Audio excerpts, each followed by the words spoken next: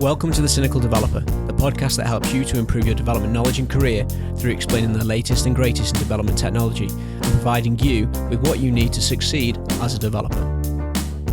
We've recently launched our Patreon page, which can be found at cynicaldeveloper.com/Patreon. If you aren't familiar with Patreon, it's an easy way for those who are interested in this show to help out by simply pledging a small amount each month in sponsorship. Now that could be as little as $5 a month, which is about £3.80, or as much as you like. You will enable us to dedicate more time creating more content to help you, including videos, more blog posts, and even more shows. So if you can, head over to cynicaldeveloper.com/Patreon and get involved.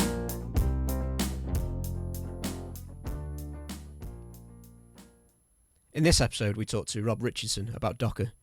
Rob is a software craftsman building web properties in ASP.NET and Node, Angular and React. He's a Microsoft MVP, published author, frequent speaker at conferences, user groups and community events, a diligent teacher and student of high-quality software development. You can find this and more about his talks on his blog, which will be linked in the show notes. So welcome to The Cynical Developer, Rob. Thanks. It's great to be here. Yeah, thanks for taking time out of your busy schedule to come on. It looks like we're very similar in a lot of ways. You do a lot of things, and it doesn't look like you do downtime either. Yes. Downtime, I'll rest when I'm dead. Yeah. That's one of the things that I keep telling people. I'll sleep when I'm dead. But yeah, there you go. Yeah. It's. But it's just so fun that why would I stop doing it? Exactly. And I don't know. I get very bored if I sit and don't do anything. So I always have to be dabbling with something at some point. There you go. That sounds like a great way to solve the thing. Is start playing with something and then, oh, by the way, I learned that thing too. That's really fun. Yeah. Like this week, I've in my lunch hours at work, I've been developing a skill for Alexa. So that's been quite interesting, and I think we had Lee Mallon on from Rarely Impossible a few episodes ago talking about Alexa, and he builds skills and that as part of his business. But I was like, I don't really know where this stuff's going, so I'm not that sold on it. But I got a dot for Christmas, and I was like, I'm going to have a play, and it's great. Although there you go. Yeah, my first idea has stumbled at the first hurdle because I can't get it to authenticate with the Amazon services. But my second one is hopefully going into beta test, or will be in beta test by the time this comes out, and may even be released. Which, unfortunately, for anybody outside of the UK, it won't mean anything at all, because it's a stupid comedy skill that's related to a TV series called Red Dwarf. So probably a lot of people outside of the UK won't know what it's about. But you've got to start somewhere, and you might as well start with something stupid. Yeah, and fun, and go poke at something and figure out something silly. Exactly. And today we're here to talk about something else that I know nothing about. It's something that's been sat on my list of I need to know about this. And for all you listeners out there that don't know anything about it, I think you need to know about it. I think it's a direction the internet is going in, and I think we need to be harnessing this, I believe, because I don't really know what it is. So we'll start off with, what is Docker? Oh, so we're going to talk about aeronautical engineering. No, I'm just kidding. Space docking. Yeah. So Docker, it's a manufacturer of pants. No, I'm just kidding. I was actually talking to somebody the other day who said, I had to title the talk, Docker is more than just pants. Docker is a mechanism of virtualizing the kernel. When we talk about virtual machines, we usually talk about virtualizing the hardware. So I'll, boot into this fake BIOS, and I'll then, install an operating system, and I'll then install, and so I have this, kind of fake machine inside this application. Docker takes that to the next level, where instead of virtualizing the hardware, I'm virtualizing the kernel. Usually that's the Linux kernel, but it could also be the Windows kernel. And so then inside that container, it feels like a machine to all of the processes and applications running in it. Typically, we only have one. And then outside the container, it's just a process. So it launches really, really fast. So that's, in a nutshell, that's containers. And containers existed long before Docker existed. But then Docker created this ecosystem, this suite of command line tools that just makes it really, really easy to use. The analogy that I like to use here is, what's the difference between XML HTTP request and AJAX? Well, from a technical point of view, there's no difference at all. But from a business point of view, from a user experience point of view, XML HTTP request gave us right-click in Outlook, in Outlook Web Access, and AJAX gave us Google Maps and Facebook and that app that you probably wrote last week. Yeah. In that same way, containers gave us this really lightweight way to do interesting things, but Docker gave us this ecosystem, this cultural shift that makes deployment fast and easy in a really, really fast, performant way. Right. I get a lot denser server utilization because I'm not doing all the things. I get a lot faster spin up time. There's lots of technical benefits. I would say even more so, there's lots of social benefits. We can code differently. Sure. So you mentioned virtualization, that as we currently know it, it's virtualizing the hardware. So right. Is that different to what we know online as virtual servers at the moment? Is there something different to that? That's exactly that. When I get a virtual machine or a virtual server, in effect, that program running on that machine, you launch this program, this hypervisor, and inside the program, it creates this fake environment. It will create a software-based network card and a software-based hard drive and a software-based video card and CPU. Yep. And so inside this application, it will build all those things that then shim out to the actual physical resources, so that inside that box, that container, let's call it a sandbox, inside that sandbox, I can install lots of things, and those things won't interact with anything else on the machine. I've created this isolated little environment that I can then, do what I need to do in. But as an operations person looking at the whole machine, then I have lots of these little pieces that, multi-tenant or not, can work in concert or can work in isolation to produce some really elegant results. Sure. In a nutshell, that's virtual machines. Right. So I'm a .NET developer primarily. So I'm always in the Microsoft ecosystem. And I was involved a little bit with Hyper-V. I used to use it before it came out as in beta. And then when it first came out, I used a lot of Hyper-V. Is that similar to containers, or is that virtual servers? Is there a difference there? Hyper-V is the way that we do virtual servers. And so, Hyper-V and Zen and VMware are kind of the major players in that virtual server space. Right, okay. And so containers takes it to the next level of saying, instead of virtualizing the hardware, I'm going to virtualize the kernel. The process inside the container will share the operating system with the host OS. We still have that sandbox, but we don't install an operating system inside the container. Instead, we share the operating system with the outside machine. Right, okay. Okay, yeah. So it would be, for an analogy that that people that haven't done anything like this, a bit like shared hosting that is all in the same IaaS instance. You have lots of different websites that they all run on the same operating system, but maybe you don't have access to anything but your FTP location for your website. That type of thing. Yeah, it's exactly that. It's kind of halfway in between the virtual machine type of experience and the shared hosting IaaS experience, because I can install whatever I want on this container. Yep. And I can access all of the things. I can configure host names, and I can do SSL certificates and all the things I'm not limited to, sharing the process with other tenants. But at the same time, it is that exact managed, shared, multi-tenant type of experience. Okay. So this is very different then from the cloud hosting that we know of, where I can just spin up copies of virtual machines, or is that Docker and we might not realize it? So the likes of Amazon Elastic hosting and things like that. We'll start to use containers in really interesting ways.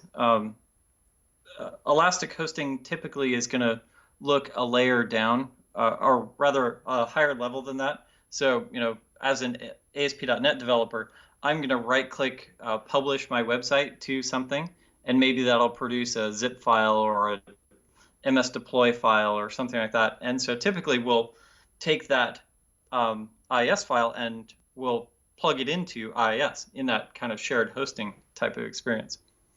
In this case with containers, I can install more than just a website. I could install MySQL into my container, or I could install Redis, or I could configure PHP in interesting ways. And because it's kind of the shared platform, then the content that I put in the container really doesn't affect how my hosting provider runs that container. From their perspective, they just plug in an Ethernet cable on one side and a power cable on the other side, and they just fire up the container, and it just works. Right. It's not a whole lot of configuring. So it's not just for hosting the likes of APIs and websites. I could actually have services running in there doing things, processing data from a data store somewhere, and doing stuff with that. It doesn't have to be some sort of web front end on it. Exactly. It can be any process, any command line. Right. Okay. So yeah, that's clearing it up a little bit more. I'm starting to get a feel for exactly what it is. And then that it is a mind bender. It is. I think it's a bit of a paradigm shift from I think what we're used to looking at for at least from a hosting point of view. I'm quite biased in a lot of my experiences that I'm a .NET developer, primarily a web developer, but I do back end and I can do desktop development and stuff. So everything is always looked at with a slight twist towards the web development. So you're always biased to think, well, how do I get a website to run in this and things? And you don't really give it any thought that you can do more than that on something like these Docker containers. Mm-hmm. So Docker came around after containers to help us leverage the power of containers. Right. Okay. Containers had many forms. In Linux, they were containers. In other operating systems, they were jails. Some of them called them namespaces. There were various incarnations of these things, and there still are. But Docker then created a suite of tools that made building containers really easy, and made sharing containers really easy, and made running containers really easy. And so no longer did I have to, pick my vendor of choices, container technology, and learn their API and, do all the things. We still have that kind of experience in the shared hosting space where, not only do I have to pick my vendor's thing, I also have to pick my technology's thing. Docker made that really easy. And because Docker got to be super popular, now, for the most part, we're building integrations with Docker so that we can now share these containers in really, really generic, really elegant ways. Okay. So,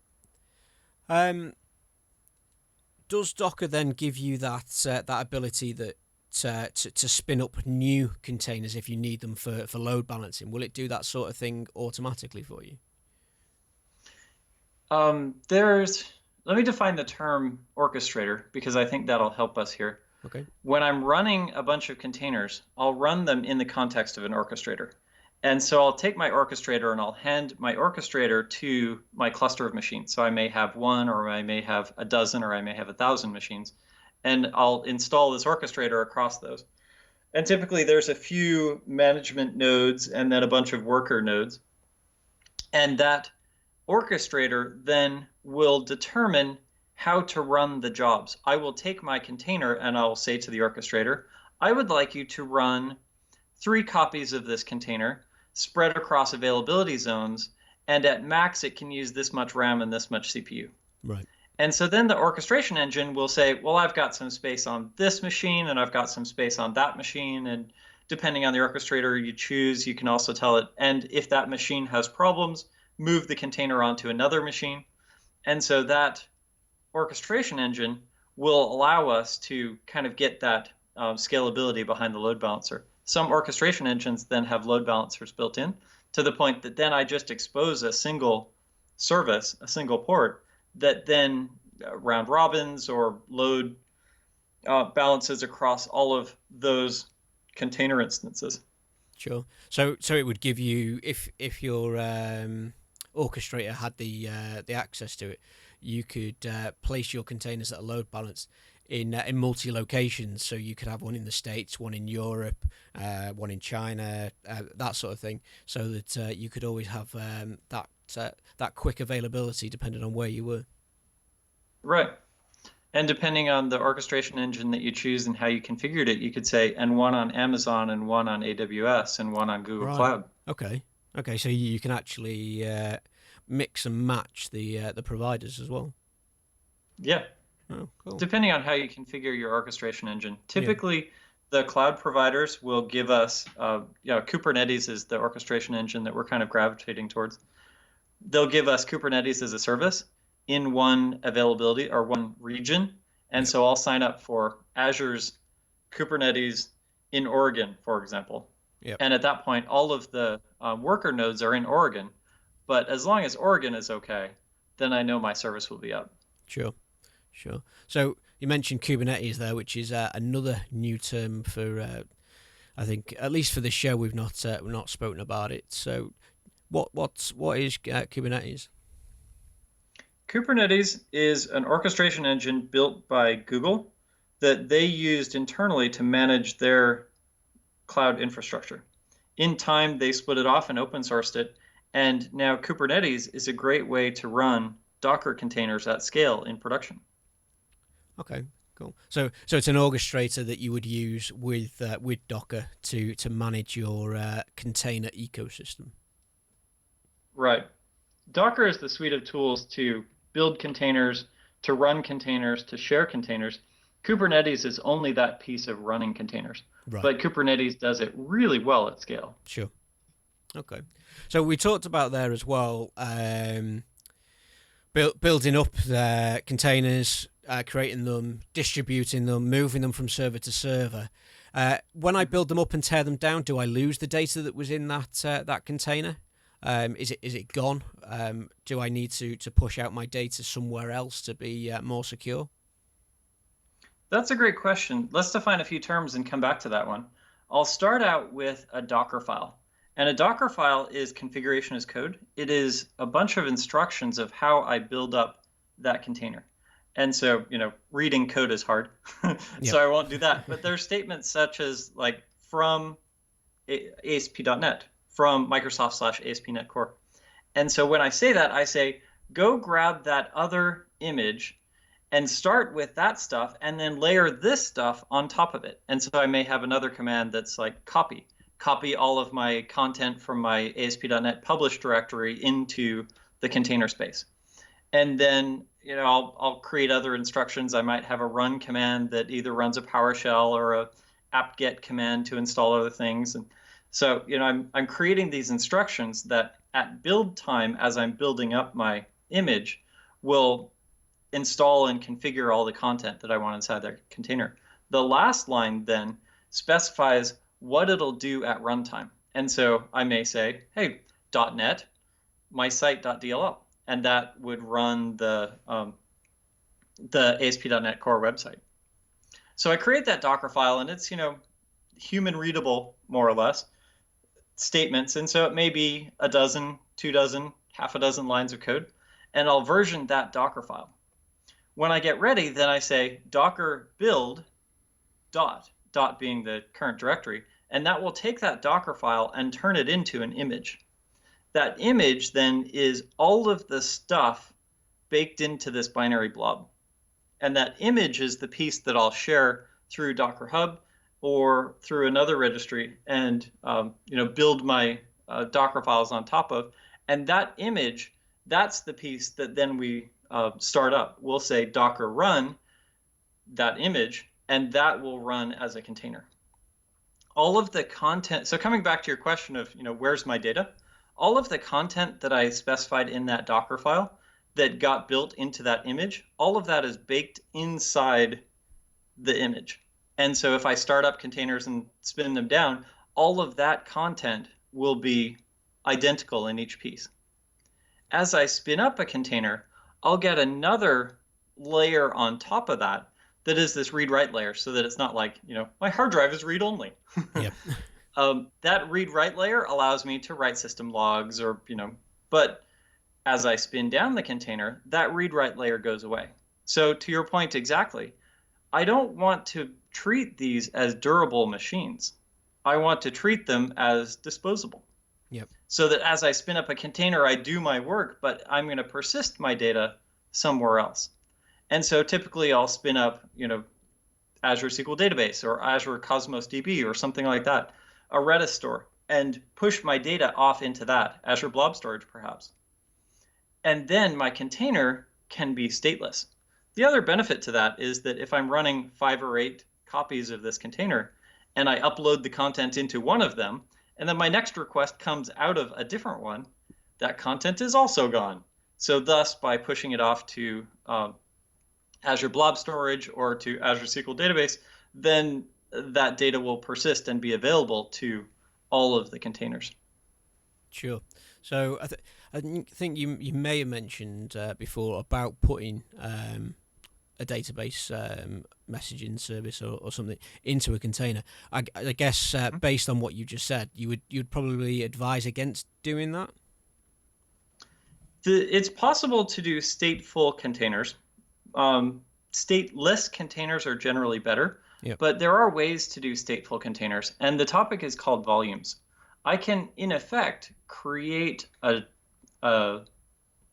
folder, a drive on my host somewhere, or native to my cluster, and I can symlink that into the container. So I think of it like a puzzle piece. I take a little puzzle piece out of the container and I put it on the drive, and then I symlink it back. So I'll say, as I start up Docker, oh, but by the way, this volume -v, this volume folder on my host maps into that spot on the container. And so I could say, hey, that var lib directory or that Microsoft SQL Server data directory, that's actually this other folder that I have on my SAN. And so in that case, I could run a database inside of a container. Generally, when we get into production, we want those data stores to be more durable. We really want to reach for database as a service. But what's wonderful is in development, I don't need to install all the things. I can just spin up the SQL Server container or the Postgres container, yep. and use that with my project. And I didn't need to install and configure all that content. In development, data stores as a container is a really, really good idea. In production, because of durability and data maintenance, probably you want to put that data in a data store as a service instead. Yeah, I quite like that idea of having it in development. If I had say SQL installed on a container, I don't know if you can have that, but if you had that on a container on my development machine, could I access it from my machine, or would it need to be from another Docker instance to talk to it? You could do it from container. Either. Right. Yeah, you could access SQL Server from another container, or you could access it from your host. As you start up a Docker container, one of the parameters that you can give it is what port should I forward into this container? And so as I start up my SQL Server Docker instance, I say, oh, and by the way, forward port 1433 into the container. Right. And the cool thing is that Docker will actually NAT that traffic. Yeah. So I'll say -p 1433:1433, meaning take port 1433 from my host and forward that into port 1433 inside the container. I can also, as I specify containers and links between them, either using Kubernetes or Docker Swarm or something like that, I can say, and this container can talk to that container, and this container can talk to that container. And at that point, then I'm kind of creating this network of interrelated services.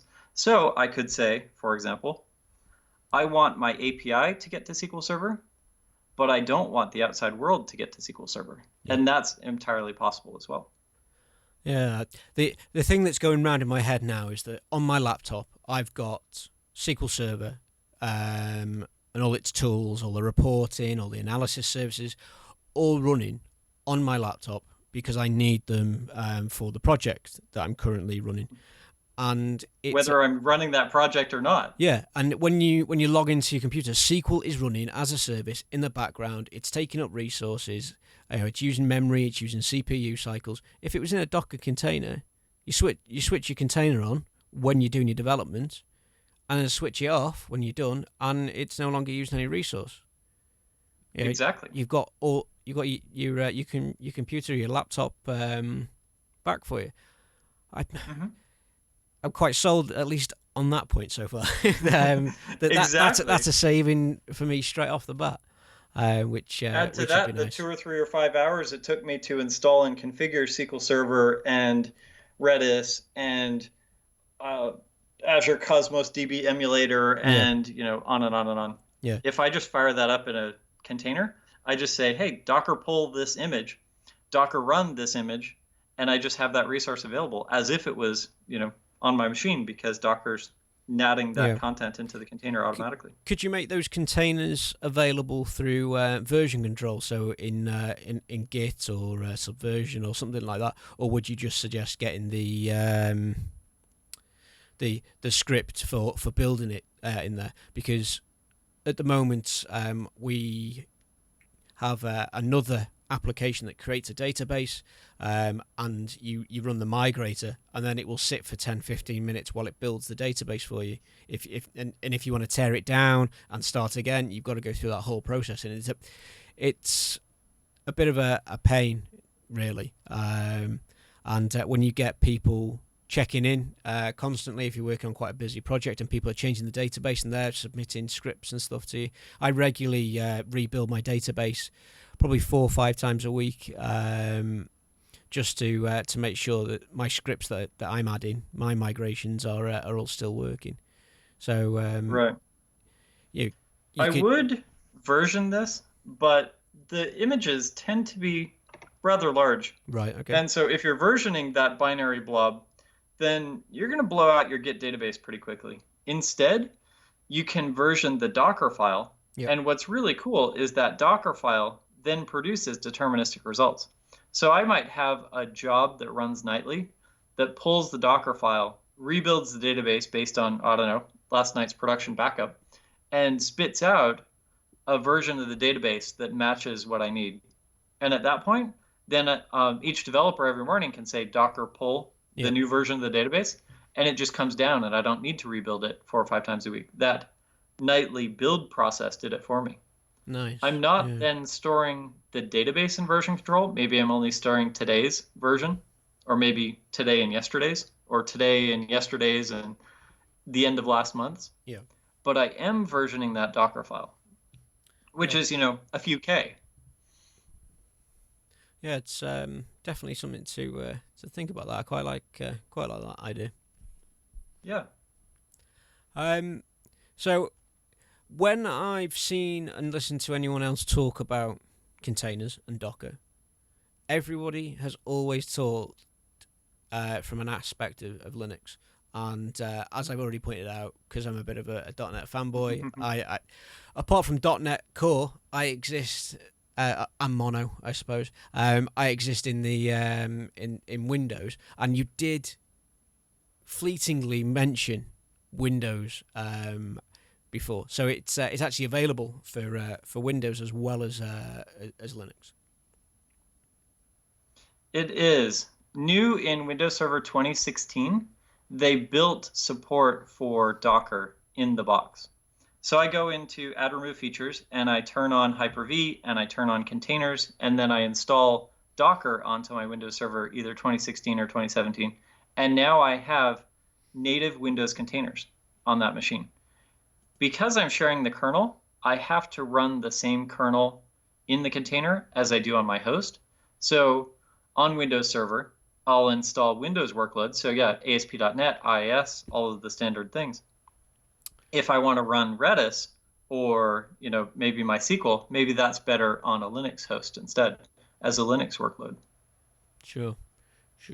So you have to have Hyper-V installed to use it on Windows. You do. And it's not using Hyper-V as a virtual machine. Yep. It's using Hyper-V as a sandbox to keep those containers separate. So it's not like I'm booting a whole machine each time. Sure. I'm just running a process. It starts as fast as, all the processes. Yeah. Chrome, perhaps.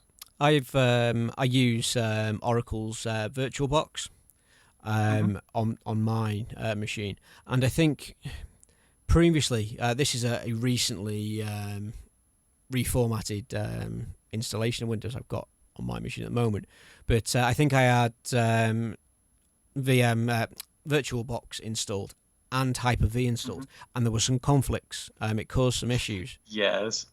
So if you are going to be if you use VirtualBox at the moment, you're probably going to have some issues then with Docker as well, I guess. Yes, it's really unfortunate because VirtualBox and VMware play really nicely together, but Hyper-V and VirtualBox do not, and Hyper-V and VMware do not. So if you're going to run Hyper-V, you're breaking your VirtualBox setup. So the odd one out there is it's Hyper-V that's being horrible. Then. Yeah, and it's so unfortunate because maybe it's hard. I don't know. I'm not deep into that part, but it seems like playing well with others would be a good thing. Yeah, but it is Microsoft. Yeah. And so I need Hyper-V, and Hyper-V requires a few things. Hyper-V requires Windows Server or Windows 10 Pro. So I can't run it on Windows 10 Home. I can't run it on Windows 8 or Windows 7. I must have Windows 10 Pro Anniversary Update or better to be able to run Hyper-V. Or I need a Windows Server 2016 or better to run Hyper-V. Once I have Hyper-V, then I install Docker for Windows, and now I have the Docker environment. Sure. So what's interesting here, though, is we talked about Linux containers and Windows containers, but we didn't talk about, if I have a Linux container, is that a GNOME container or a KDE container?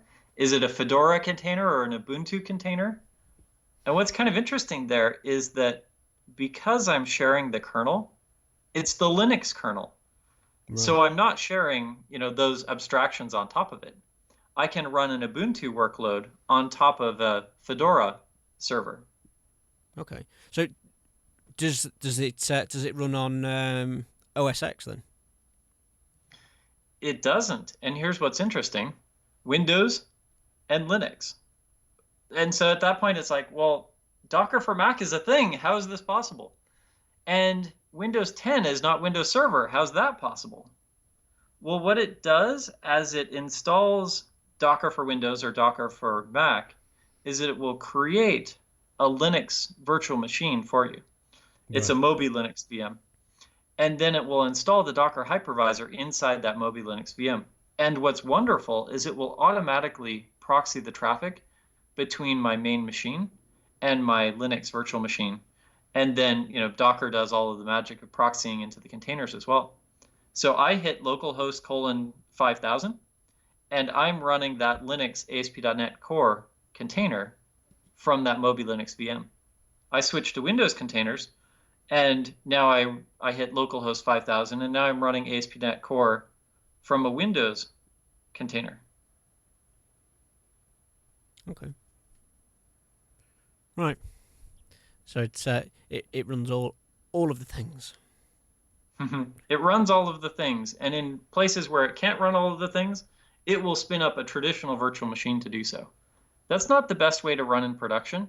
In production, I really want a Windows or a Linux server. Sure. And I want to provision my containers on top of that. That'll get the densest and most performant mechanism for doing so. But in development, that extra layer of virtual machine just allows me to experience a lot more things that I couldn't in the past. Right. And running these on a development machine, do they share the resources as in they use them as they need them, or do they block out like portions of memory and say, well, you can't do anything with that. I'm using that's for me if I need it. Can I over provision in Docker? In virtual machines, we start to over provision that way. Yeah. Each container is going to take, or each virtual machine is going to take 2 gigs of RAM, and I have 5 of them running, but I only have 6 gigs on my machine, and everything's fine, provided all of the machines don't spin up really hard. And containers do that as well. If that process inside the container is only using, a gig or 100 megs of RAM, it's not like the container says, I was started with 2 gigs RAM parameter, so I'm going to max out at 2 gigs the entire time. It will only use the resources that it needs. So technically we could over provision. I'd rather have a beefy machine. Yeah. It's definitely something that's on the cards. My laptop's not too bad, but it's a little bit older now, and it needs a little bit more oomph in its step. Yeah. Really. I've done everything that I can for it myself with solid state drives and things, but unfortunately it's as good as it's going to get. Which for the general user, I think they would sit down and they would think it flies, that it's amazing. But when you start doing some hardcore development on it, it does get a little bit laggy. After launching that third copy of Visual Studio, things can get a little slow. Yeah, I was complaining today. I was on a Skype call. We were doing a bit of remote pair programming on something. I had 3 versions of or 3 instances of Visual Studio open. I had SQL open. I had Skype streaming one of the screens to someone else. I had Slack open. I think I had Illustrator open in the background and Outlook. And I was complaining that the laptop was a little bit slow. So maybe it's me. Maybe it's not the laptop. Maybe it's just me being a little bit untidy when I'm working. And that is so magical. Remember back in 1995 when we had Windows 95 and it was so amazing that, we could have nested windows? Yeah. And then we got an internet browser and now we could connect to other machines without FTP? And now we're like, my machine's a little slow because I'm only running 3 copies of Visual Studio, Outlook, all of these other processes, and remotely screen sharing with someone on the other side of the planet. Yeah. Our world is awesome.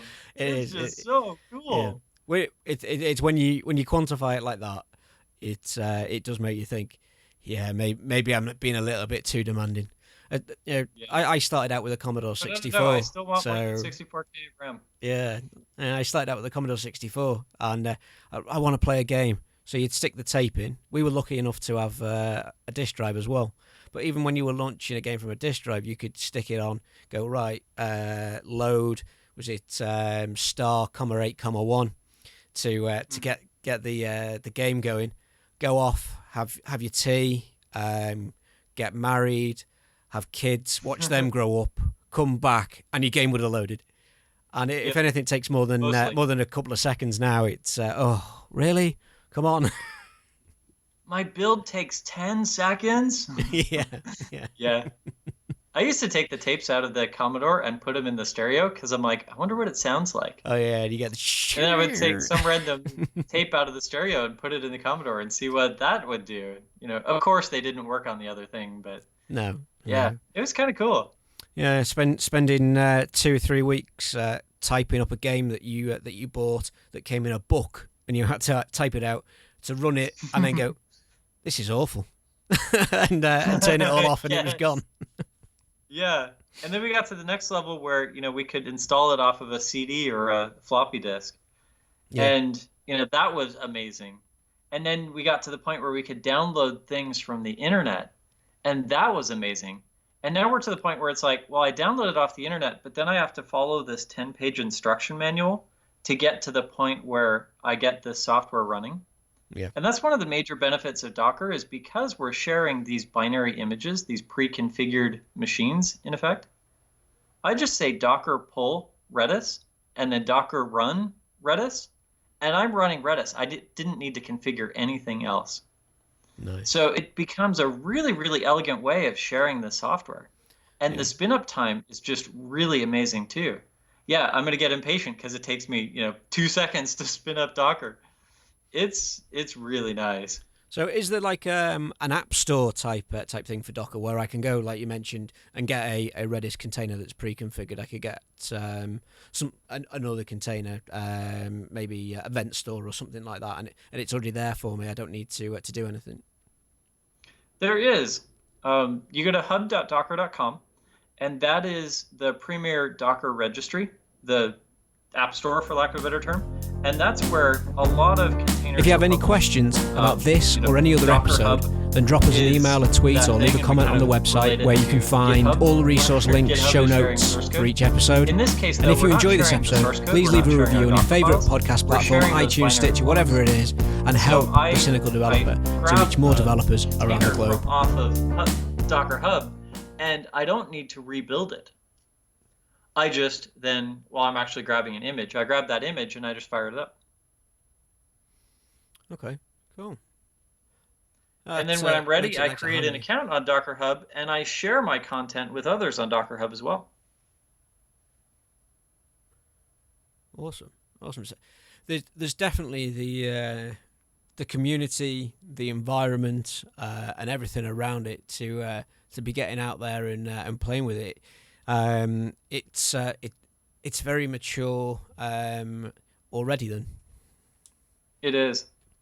Yeah, it's relatively new. It's starting to get into the Microsoft corporate enterprisey kind of feel. But it's really taken the Linux and open source worlds by storm. And so you'd be hard pressed to run a Linux process right now without having it be in a container. Yeah. So if I wanted to go out and start using containers and Docker for an application I may have somewhere, is it expensive to run? Is it going to be more expensive than the traditional sort of hosting and servers that we're used to?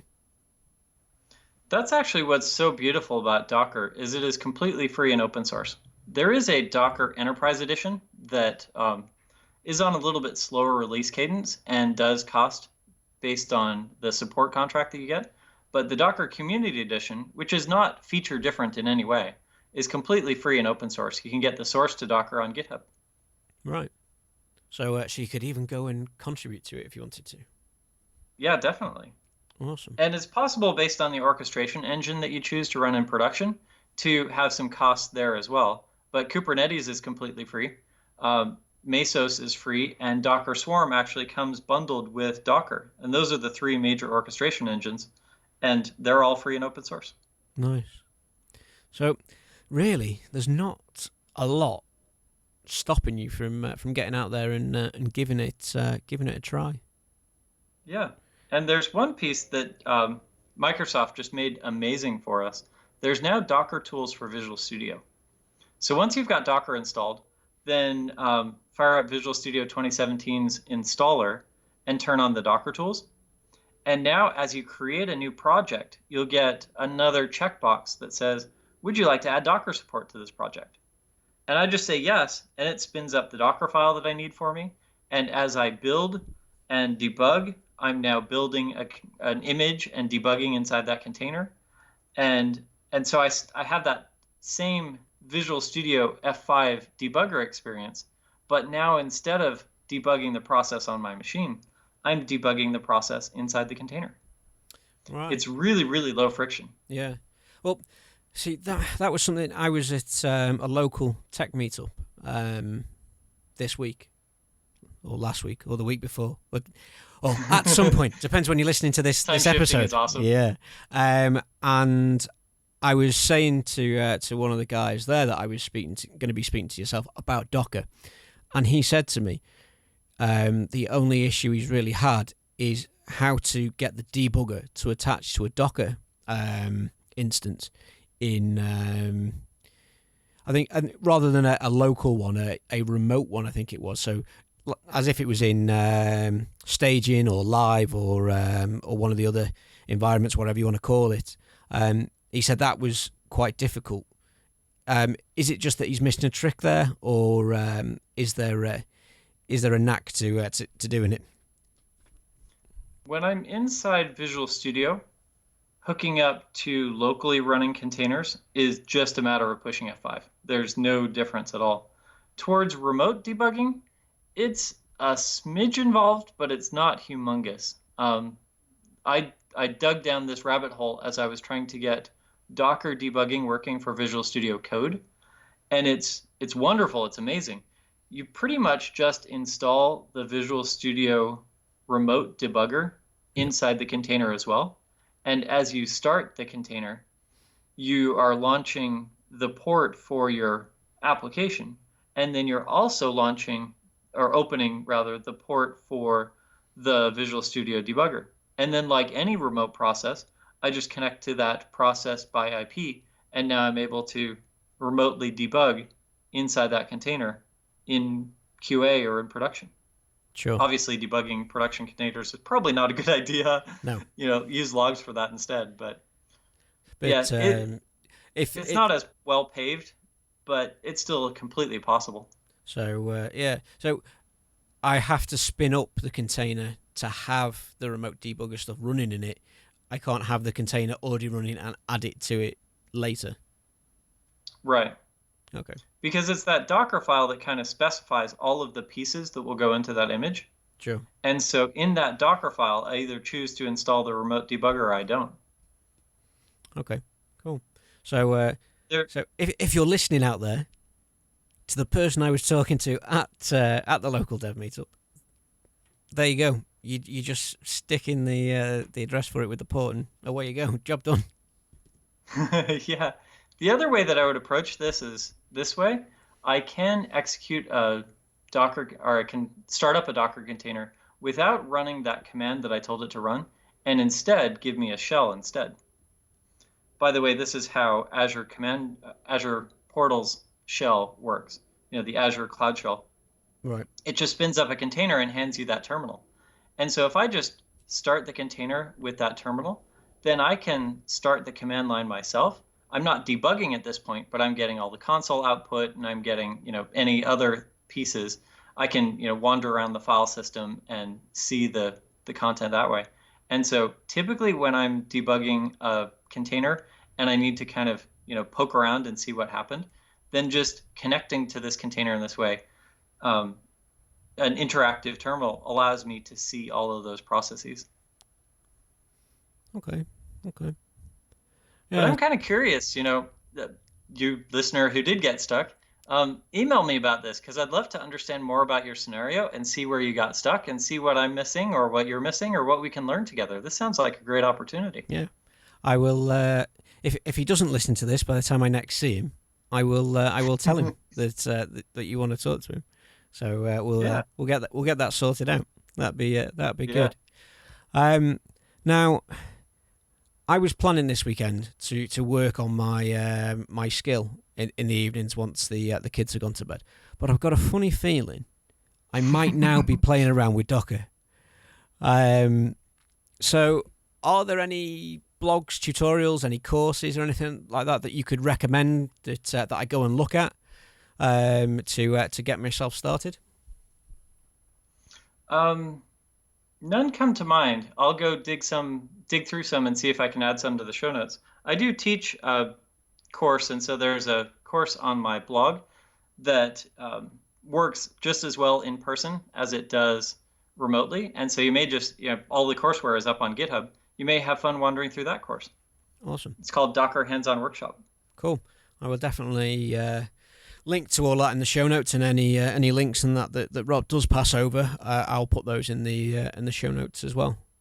So this, it's good. It's been really interesting. And we spoke before the recording, and I sort of explained the podcast was trying to be more than this new technology is cool and come and look at it because it's cool and it's by a cool guy.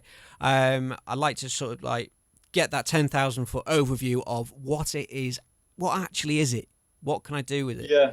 And I think we've definitely hit the nail on the head here. And I want to go and have a play now. Whereas before, I've listened to it and I've thought, yeah, it sounds cool, but I don't know enough about it to go and go and actually start playing with it.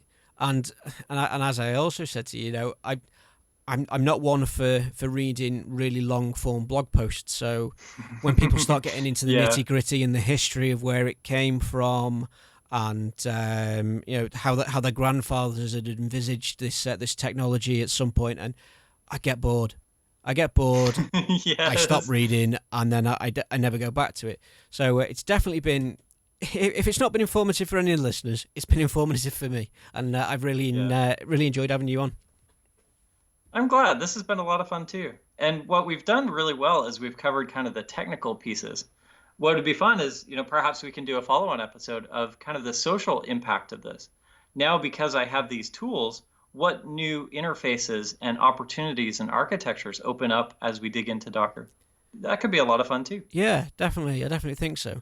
I think I should go away, have a play, try and get some stuff running on it, and then we'll schedule in another episode, and we'll do a follow-up to it. So that'll be really fun. I can talk about how embarrassing and basic the thing is that I've done, and you can talk about what is actually possible by somebody that knows what they're doing and can apply it to a real world scenario.